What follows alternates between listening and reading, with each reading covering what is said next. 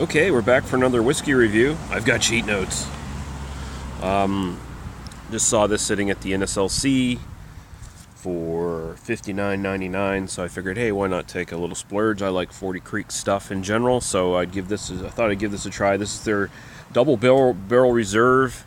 It was introduced in 2008. It was just initially a special one-off, but it became part of their regular lineup. It's got rye, barley, and corn in it. As per usual, 40 Creek, they're all distilled individually in copper pots. And then they are aged in white oak. Then after that, after some time, I don't know how long they age them in the white oak, but they do that basically to try to keep the uniqueness of each grain, apparently. So you can just taste them a little bit more, get a bit more flavor from them when they eventually marry them. They marry and age them, in this case, in first fill bourbon barrels, whereas I think some 40 Creek stuff is generally finished off in sherry casks. But this time out, they went for some Kentucky first fill bourbon barrels. Oak seasoned is the term used, which means basically they've been used once, so no harsh tannins anymore in them. So you're basically getting the nice sort of fresher, cleaner oak instead of any sort of really harsh tannins, which probably wouldn't work well with something like 40 Creek, while being more of a robust Canadian whiskey is still a little bit on the delicate side. You don't want anything like a really nasty tannin note. In the best of times, in other whiskeys, you don't want a big nasty tannin note fucking with things. So 40% ABV, 80 proof. And yeah, that's all we got for cheat notes. That's all we need to know. Don't know what distillery they got these from. From what I best can tell, reading, doing a little bit of research, not Wild Turkey. That's about the only thing that's been sort of crossed off the list. But other than that, some sort of Kentucky bourbon is where they're getting the barrels here. And these are all individually numbered, by the way. Lot 262, bottle number 01156. All right, nice attractive bottle. So we'll go right to the aroma here.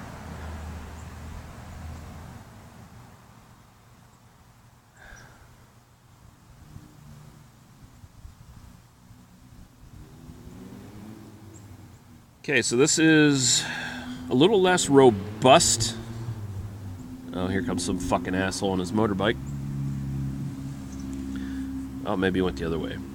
So this is a little less robust than, say, your typical 40 Creek. Smoother, creamier. Getting your toffee, butterscotch notes, sort of the typical, almost the gold standard Canadian whiskey note in a way. Getting a nice bunch of hints of spice coming from the wood, I would assume. And you got a very nice clean oak kind of background there with a little bit of vanilla. It's not super intense or robust, as I said. It's not quite as rich as regular 40 Creek or the Copper Pot Still version. But it's very nice.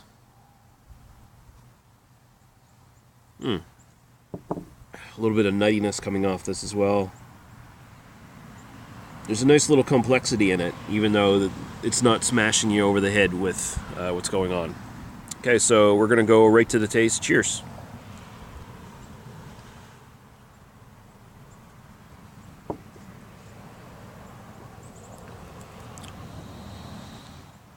Ooh, wow. Okay, so the nose lies to you because the taste is really good. There is a nice, robust, rich taste to this. Again, you get some of the typical sort of 40 Creek slash just sort of standard Canadian taste. You get a little bit of the butterscotch, a little bit of the toffee. Lots of vanilla in this. Getting quite a bit of oak coming through. Some sort of dark fruit. Can't quite place my brain on what it's supposed to be.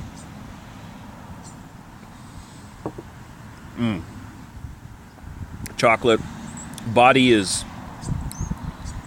medium. It feels very substantial and viscous. It's probably the creaminess in it. It's just maybe being a little deceptive. Very, very smooth.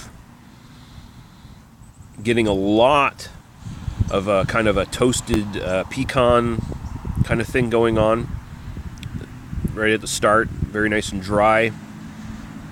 That sort of works its way down the tongue to the back of the throat with the vanilla and that sweetness. There's nothing here overly sweet. It's very well balanced. There's almost the finish is spicy, toasty, smoky, I dare say, even to a certain degree.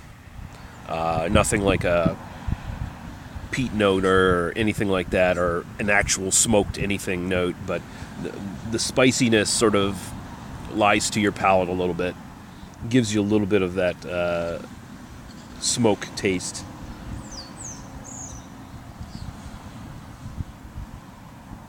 Goes down incredibly smooth. Man, very, very good. It's warm going down, but it never bites. There's no real heat. It's just very nice and warm and nice, and nice and warm and nice. That's a great descriptor there. It is very warm and nice though going down. Finish is sort of lingering, slightly toasted nuttiness and a little bit of oak. The vanilla sort of drops away. It's lingering. It's nice. It's very pleasant. It's not a big punch you in the face kind of thing. It's very well constructed. Oh man, I think my only complaint with this is, why is this not at the very least 43%? Why is this not ideally 46 or somewhere slightly above? Because there is a bit of a bourbon character to this. The bourbon casks do come through, so it basically is kind of giving you like your Canadian whiskey edged with a slight bourbonness kind of thing, which you do see in a lot of Canadian whiskeys these days. A lot of them basically are bourbon. They're just, they can't legally be called that. But here, this is a nice real marriage of sort of a nice clean, easygoing bourbon and a really classy, well-done Canadian whiskey. I just wish it would... I mean, they're getting a lot of flavor here from 40%. I so wish this was at 46, though. I think that would really open this up big. But who am I to say? I guess I'm not the master distiller. I'm not John K. Hall, so what do I know? But if there was a version of this that was 46%, I would go and buy it. It would probably be a lot more expensive. At this point, even this is a little expensive,